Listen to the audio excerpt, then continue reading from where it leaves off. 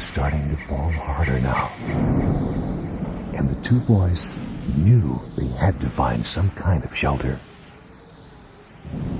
They were lost in a part of the woods they had never seen before, and still couldn't believe they had gotten separated from the other campers. Now they understood why the camp counselors always told them to stick together and not to wander off from the group. By now, it had gotten so dark. The only way the boys could see was when the lightning flashed across the sky. It was during one of those bright flashes that they spotted a little shack tucked away deep in the woods. They ran through the rain and darkness until they reached the door. They knocked loudly, and when no one answered, they went inside. It was a small, one-room shack with a fireplace in the corner. And in the room, there was only one bed, a small table, and one old chair. The boys found some wood by the fireplace and started a nice, warm fire. They needed to dry their clothes and wanted to take the chill out of the night. As the fire grew brighter, the boys suddenly noticed there was a scraggly black cat sitting in the old chair. They could tell there was something very strange about this cat. And as they looked closer, they realized the cat had no eyes, just holes where its eyes had once been.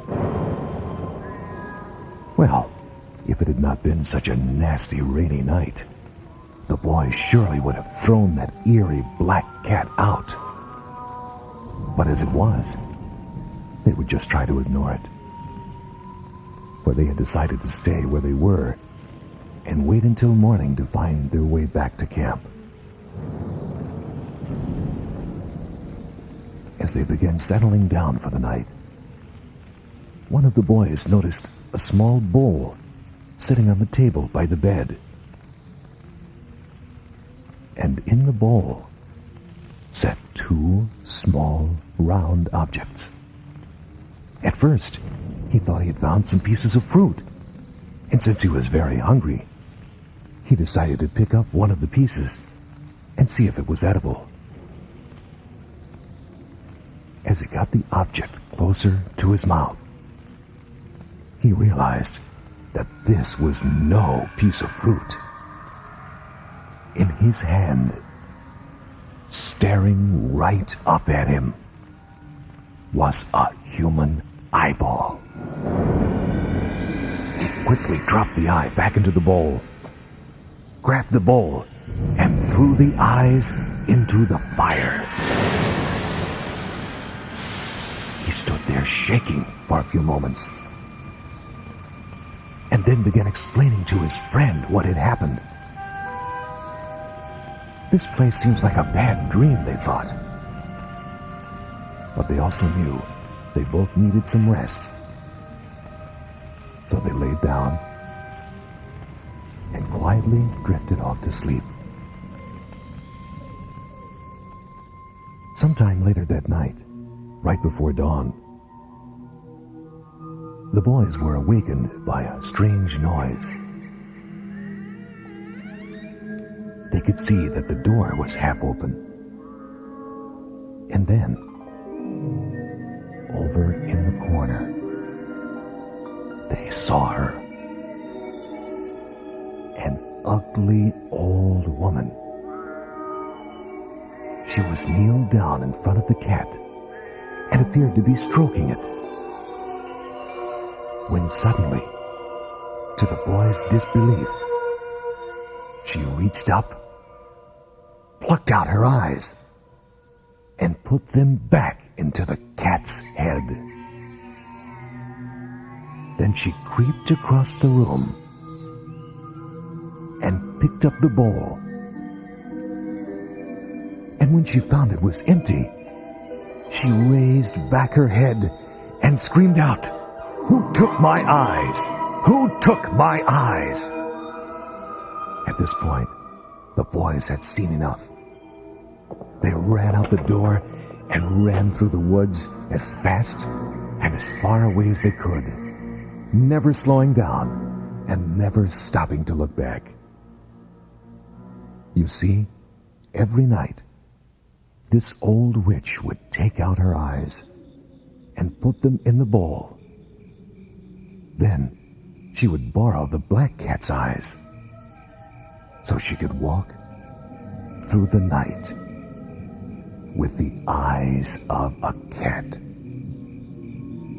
Now, since that old witch's eyes burned in the fire, all I can think of is that she's still out there someplace, looking for someone else's eyes to replace hers. So my advice to you is, you'd better be very, very careful that late one night, as you lay there sleeping, she doesn't pay you a visit and pluck out your eyes.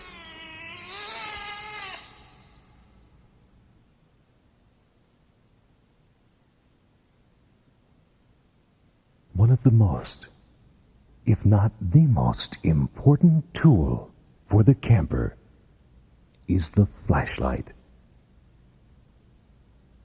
For when the daylight gives way to the night, and you find yourself alone in your bed, the flashlight is the only protection you have against the night, and of course, the creatures of the night. Late one evening, Susan lay restless in her bed. All of her bunkmates were sound asleep, so there was nothing for her to do except listen to the sounds of the night. As she lay there listening, she began thinking of how peaceful the night could be, and soon found herself drifting off to sleep, only to be awakened by a sound she had never heard before. She quickly sat up in her bed and started looking out the window, wondering what could have made that awful sound. But there was nothing to see. Just the moon, the clouds, and the darkness. Then, something caught her eye.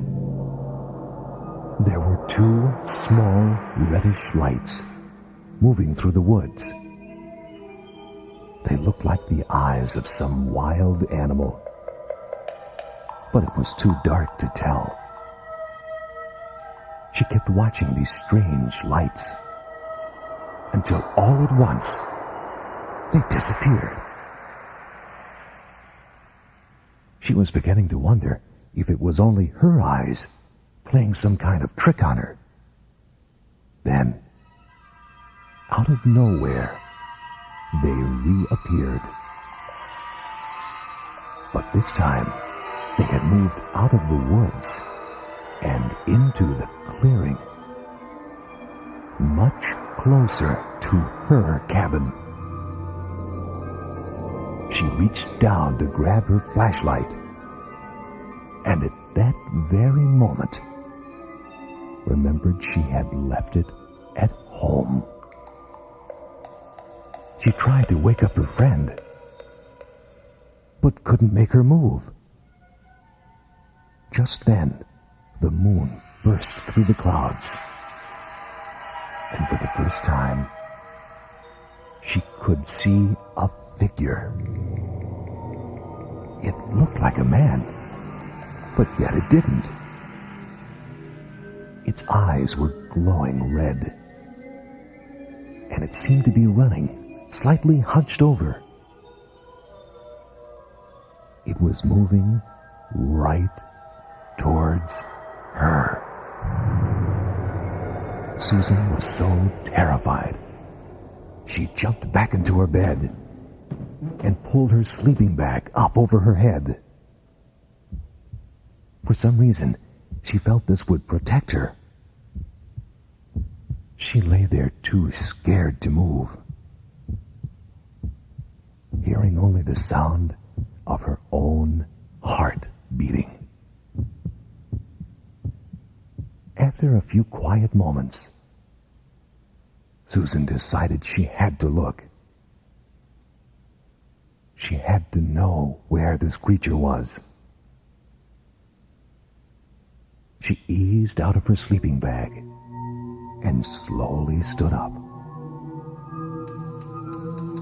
She leaned over toward the window and put her trembling hands on the window ledge. She pressed her face against the screen.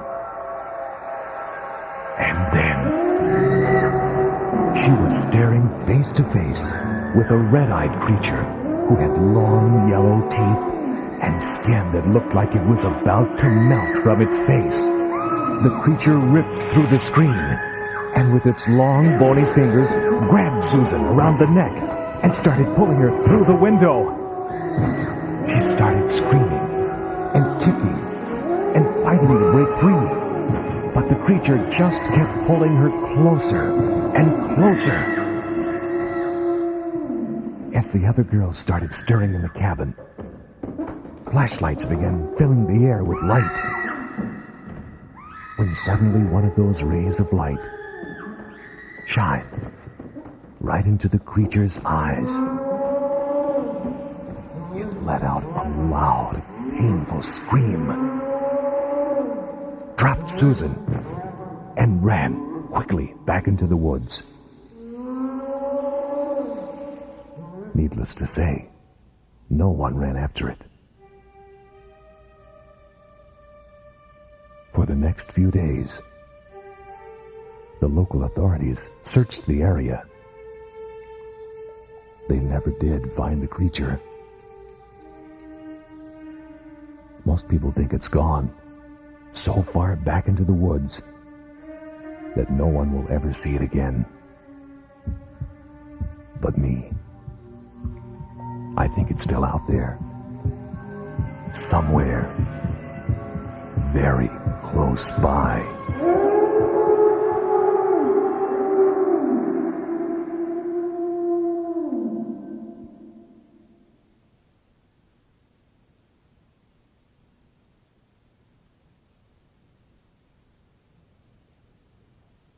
Sometimes the night can play strange tricks on your eyes.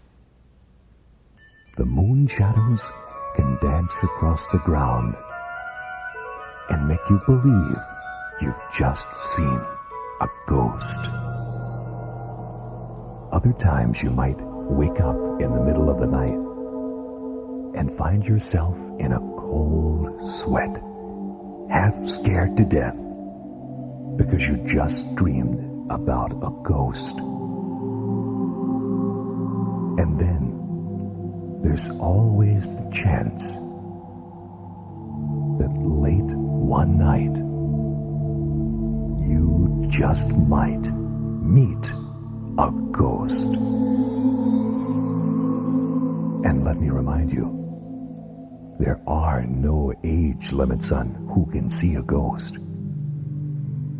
In fact, the story I'm about to share with you once happened to a camp counselor at this very camp. It must have been around 2 o'clock in the morning. The night was slowly passing, and the moon had quietly risen in the sky. Bill was sleeping soundly and had no idea what was about to happen. He began feeling a hand gently nudging him.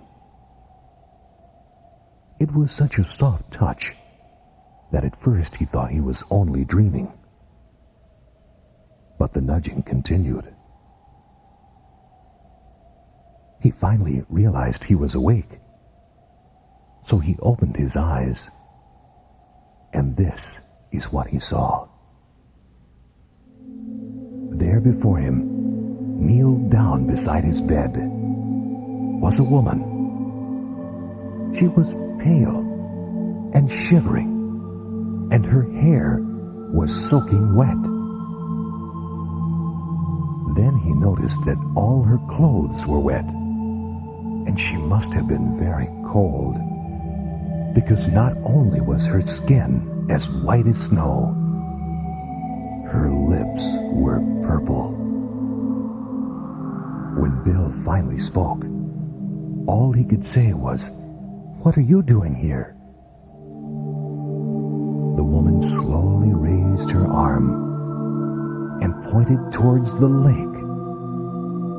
Then, in a soft, eerie voice, she whispered, "I've been walking down by the lake. I slipped and fell in. Can you help me home?" This seemed a little odd to Bill, but he told her he would be glad to help her home, and then asked her to wait for him outside. So he got up, got dressed, and grabbed his jacket. When Bill got outside, he noticed the woman was still shivering, and she was just standing there, gazing off towards the lake. He walked up to her and gave her his jacket. He told her to put it on, that it would help her warm up. She stood there silently for a moment, and then said, "We must go now. I live a few miles from here, and I need to be home before sunrise." So they got into Bill's truck and drove off down the road. After driving for a few miles, they came upon a quaint little farmhouse. The woman abruptly said, "Stop here. This is where I live."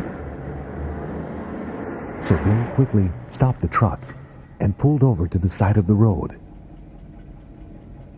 Then the woman got out of the truck and started walking towards the house. Bill, realizing he didn't even know her name, yelled out, "What is your name?" The pale young woman stopped and turned around and said, "My name is Mary Rose." Then she continued on towards the house. Bill turned the truck around and started back to the camp. He was thinking to himself that he had met a very strange woman, but was excited about seeing her again, when he suddenly realized she still had his jacket. Not to worry, he thought, "I'll just go back and get it in the morning." The following morning, he did just that. He drove back to the house and walked up to the front door. He gently knocked and then stood back, hoping Mary would answer. Well, the door opened, and there before him stood two older adults. He figured they were Mary's parents, so he said, "Hello, my name is Bill. I let Mary borrow my jacket last night, and I forgot to get it back. Is she awake yet?" For a moment, the parents looked stunned. Then they looked at Bill and said, "Mary doesn't live here anymore." "There must be some kind of mistake," Bill said. "I drove Mary home last night, and I'm sure this is her house." Then the parents continued, "Son, we don't know what kind of joke you're trying to play, but our Mary is dead. She died 2 years ago. on this very day, in a freak boating accident over on the Camp Lake. Now Bill just stood there stunned. He didn't know what to say. And then he remembered his jacket. "My jacket," he said. "I gave her my jacket. Check the house. It must be in there." By now the distraught parents had heard enough. They said, "Look, son, our Mary is dead, and she's buried over there atop that hill. Just go see for yourself." And then they closed the door. Bill turned away and began walking towards his truck. But he had to know what was going on. So he quickly ran to the top of the hill, and there, just like the parents had said, was a gray marble gravestone. And written across the stone were these very words: "Here lies our sweet Mary Rose. May she rest in peace." Bill's knees became weak, and he started to tremble. For not only was Mary dead, but there, hanging on the back of the gravestone, was his jacket.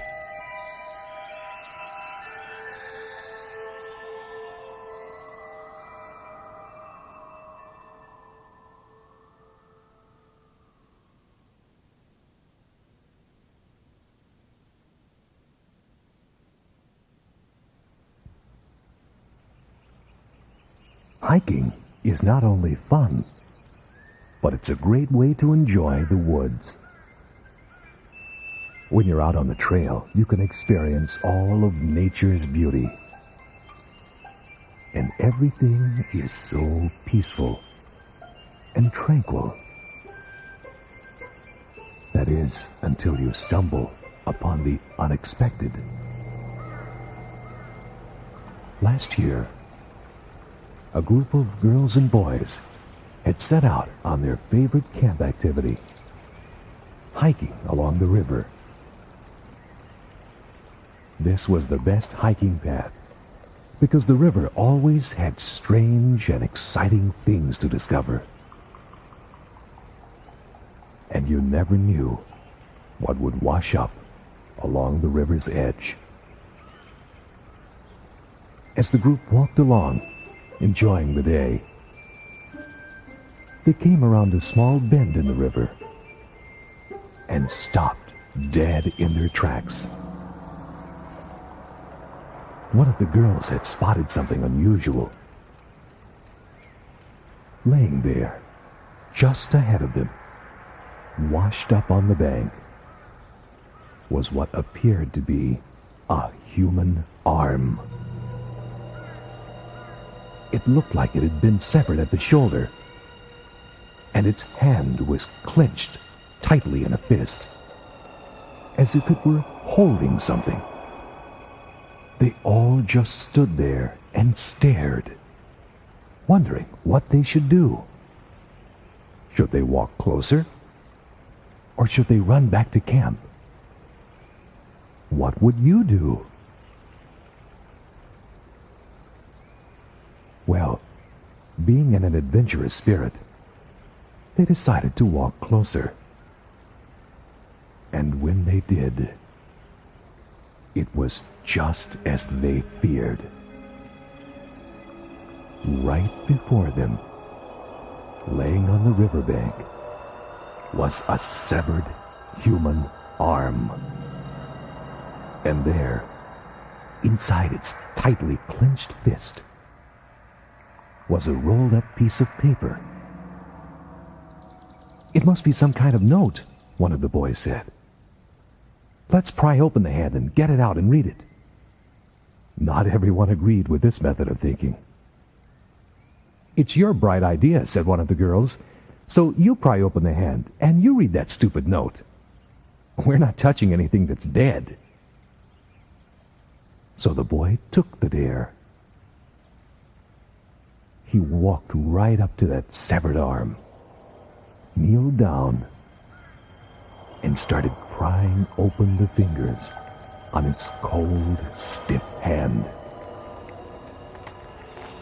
When he got them open wide enough, he jerked out the piece of paper. Everybody just stood there, wondering what mysterious secret was about to be revealed. He began unrolling the piece of paper. And finally, there in his hand, scribbled on this crumpled piece of paper, were these few words: "I ain't got no body."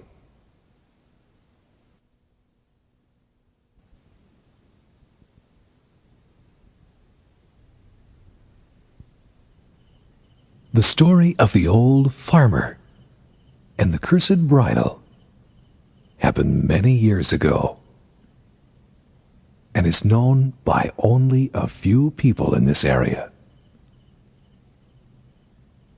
As the story goes, one night, right before the old farmer died, he burned his house and his stable down to the ground. And rumor has it, they both stood right here on this very campsite. Now, I will share with you the story of the old farmer and the cursed bridle. It seems there were these two friends who were driving across the country, taking on odd jobs as they went along. They passed this old farmhouse with a sign out front, "Help Wanted." So the boys stopped and went up to the house and knocked on the door. The door slowly squeaked open, and there before them stood an old gray-haired farmer. He told the boys he would be more than happy to hire them. He and his wife could always use a little extra help around the farm. Then he mumbled something about how the last two boys he hired didn't stick around for very long. And with that, he told the boys to take their bags and go on down to the old guest house. That work starts mighty early around here.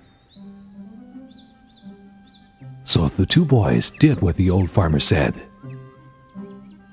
And though neither one mentioned it, they both wondered why the last two boys left so quickly. After a few days on the job, one of the boys noticed that his buddy was starting to look kind of tired and was acting a little strange. He began to wonder what was wrong. So he decided to ask him that very question. And this is how his friend answered. "I've been having this terrible nightmare ever since we arrived here, waking up in a cold sweat, trembling, almost out of breath."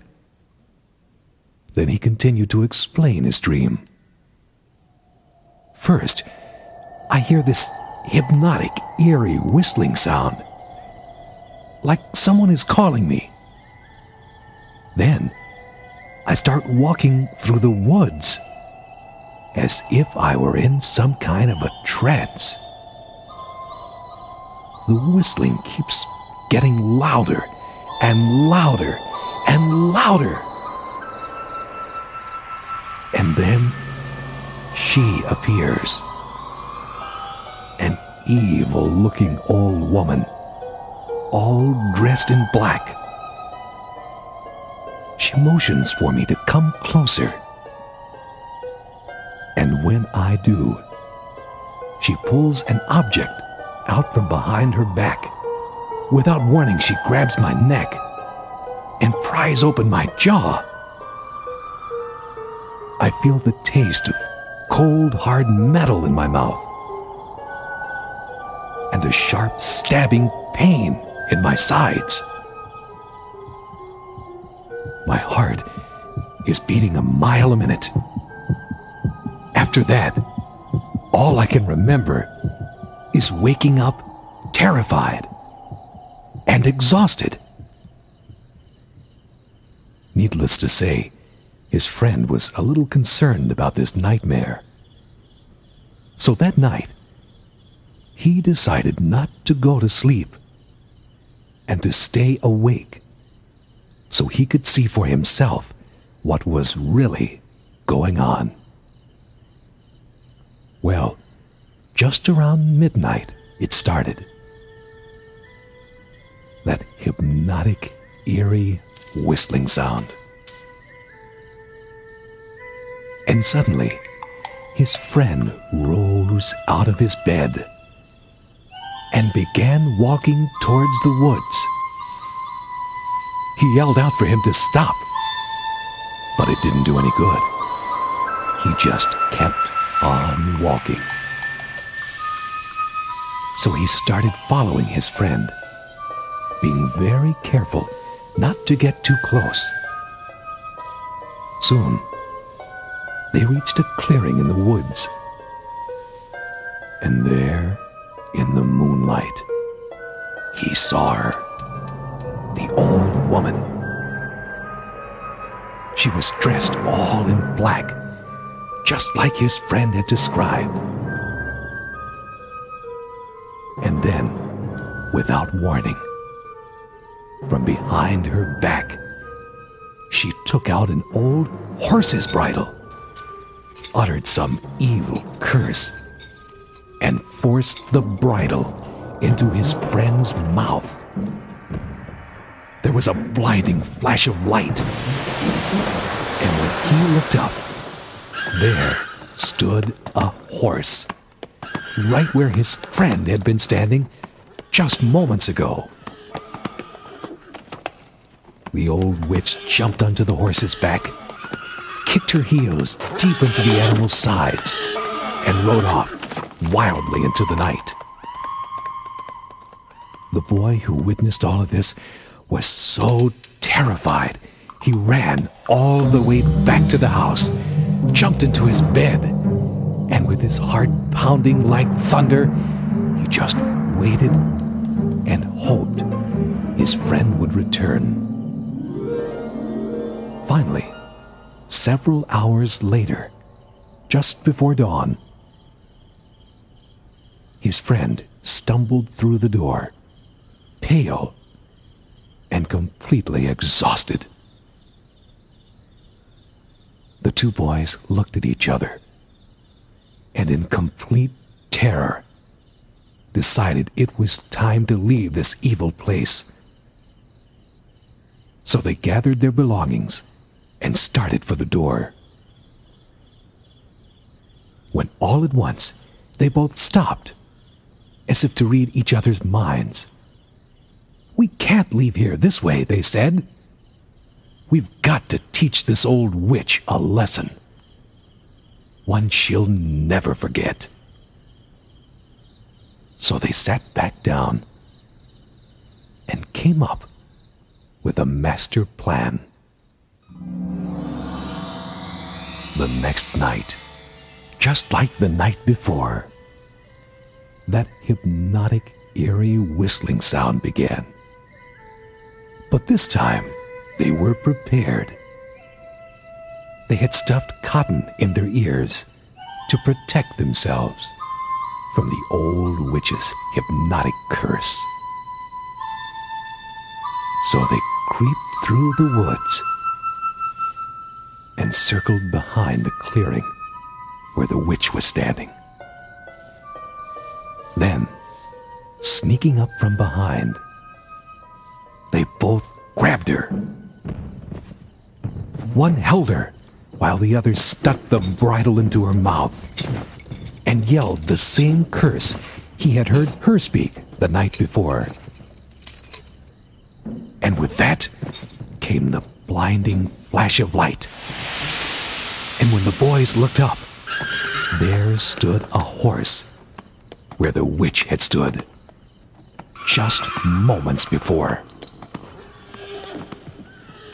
But you see, the story doesn't end here. Oh no. These two boys had one more important part of their plan to carry out. They led the old nag down the road, back to the stable, and they took her inside and tied her up to the stall. Then they took down a hammer and they nailed horseshoes to all four hooves of that old witch horse. The horse began whining and shaking her head from side to side, trying hard to break free. Well, the boys didn't wait around to see what happened next. They grabbed their bags and jumped into their car and drove away as fast as they could, leaving a trail of dust behind them. The old farmer was still in bed when he heard that blood-curdling scream. He somehow knew the scream was coming from the stable, and that scream was unlike any sound he had ever heard before. It was like a horse's cry, turned into the sound of a woman screaming. He ran to the stable and flung open the door. And there, on the stable floor, lay the cursed bridle. And over in the far corner, in a pool of blood, lay the farmer's wife, writhing in agony, with horseshoes nailed to her hands and feet.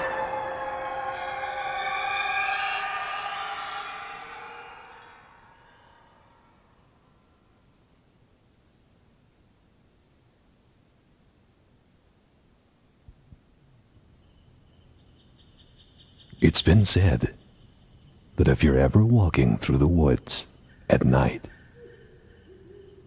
and you walk through a pocket of warm air, you just walked through a ghost. But the most important thing to remember is, if you're ever being chased by a ghost, the quickest way to safety is to run over a bridge, because a ghost cannot walk over water. One summer night, a group of young campers gathered their fishing gear and headed down to the camp lake. This was their favorite nighttime activity, and they always had good luck fishing off the end of the pier. The older campers used to always try and scare them. They'd say, "You better watch out fishing down there. That old pier is haunted. There's a strange ghost that's been roaming around that pier for a long time." But the boys figured they were just trying to scare them away from a good fishing spot. That night, they would learn the truth.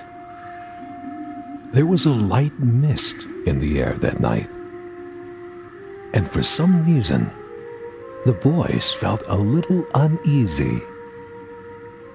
As usual, they were all fishing at the end of the pier, which was about 50 feet or so from the shore, when they began to wonder why the fish weren't biting. It was then they noticed the frogs and the crickets had all grown quiet. The boys looked at each other and slowly turned around to see what had caused this silence. At first, they thought it was the older campers trying to play some kind of trick on them. But they soon realized that what they saw was no trick. There was a strange white light floating through the mist. It was coming from out of the woods, and it seemed to be headed right towards the pier.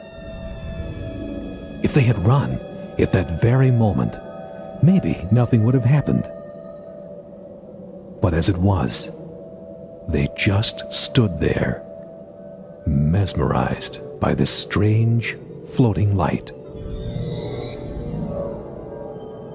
Now the wind had begun blowing, and the boys could hear its ominous moaning sound as it blew across the water. But then they noticed the water was as smooth as glass. The moaning sound was coming from this strange white light. It had moved closer now and was about to reach the pier, when suddenly the boys realized this strange light was beginning to take the form of a woman. They could now see that she was wearing a long, white, tattered gown, and that her hair looked ragged and tangled as it hung down over her shoulders. But in the darkness and through the mist, it was still impossible to see who the woman was. As she began to take her first step onto the pier, the boys' hearts became filled with fear. And then, for no apparent reason, she stopped. It looked as though she was unable to walk on the pier, as if for some reason she feared the water. For a brief moment, the boys felt safe. But then, they realized she was standing between them and their only way back to the cabin. There was only one choice to be made. They had to walk closer, and they had to find out what it was this strange ghost woman wanted.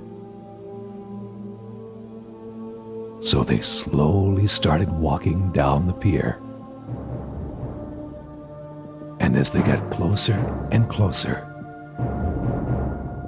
they began to make out the woman's face, or at least what was left of it. She looked as though she had risen from the grave. Her skin was dry and cracking, and it was sinking into her face. You could see her bones and her brown, rotting teeth. But worst of all, there were only black, empty sockets where her eyes had once been. Only one of the boys had enough nerve to speak, and all he could say was, Who are you?" And with that, the woman's head jerked around and stared right down into the boy's eyes. Her arms began flailing madly over her head, and then, quick as a snake, she grabbed him. His shirt started smoking, and he could feel a deep, burning pain in his arm. She began lifting him up off the pier and started jerking him from side to side. The evil ghost was screaming in anger as the boy was screaming in fear. And then, as quickly as she grabbed him, she let him go. Well, in all the fear and confusion, one of the boys had fallen backwards over the rail and into the water. So the boy, whose arm was still burning, jumped down and reached out his hand. He had to help his friend, who was now splashing in the dark waters. As he began to pull him back onto the pier, he suddenly felt the burning pain again. But this time, it was in his leg.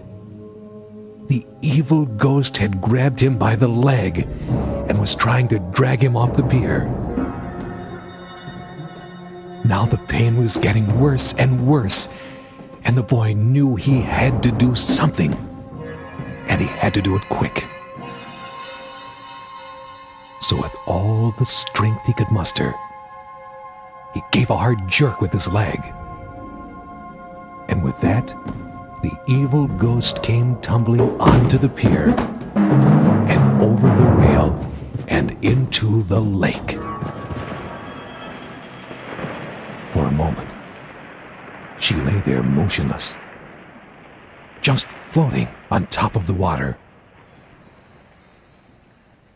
Then slowly, all the water around her began bubbling.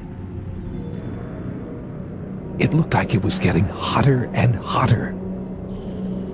And then it started to boil. Her gown, her hair, her bones burst into flames. She started screaming like the dying ghost of some old evil spirit. Then the water all around the flames began to turn into a murky yellow, as if this tortured ghost was beginning to melt. The fire raged on for a few more moments, then slowly began to die down. As the boys leaned over the rail and looked down into the dark, yellow, stained waters,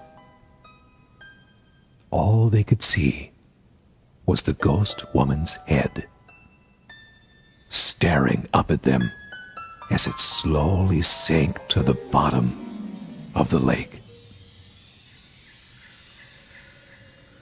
You know, sometimes I wonder what that evil, tortured ghost really wanted. And if she really did disappear that night beneath those dark, murky waters. Or did she just move on to haunt some other pier on some other night at some other camp?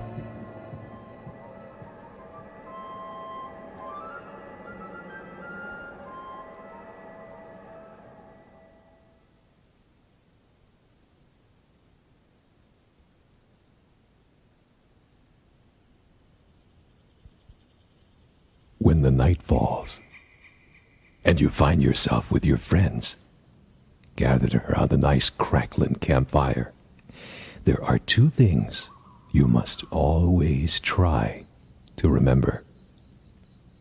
One, don't keep your back turned to the darkness for very long, for you never know what's lurking out there in the shadows. And two, but most importantly, watch out for the bats. for they will circle above, and then, without warning, they will swoop down, and with their long, sharp teeth, they will bite you. You see, the bat just does not like people. And you will understand why after you hear the rest of this story. Once, a long time ago, back in the beginning of the animal kingdom, there was a battle that raged between the four-legged creatures and the winged creatures, each wanting to rule the earth.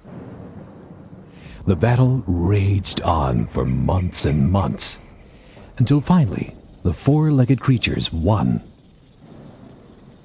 Now the old bat, who had been living with the winged creatures, was very conniving and only wanted to be on the winning side.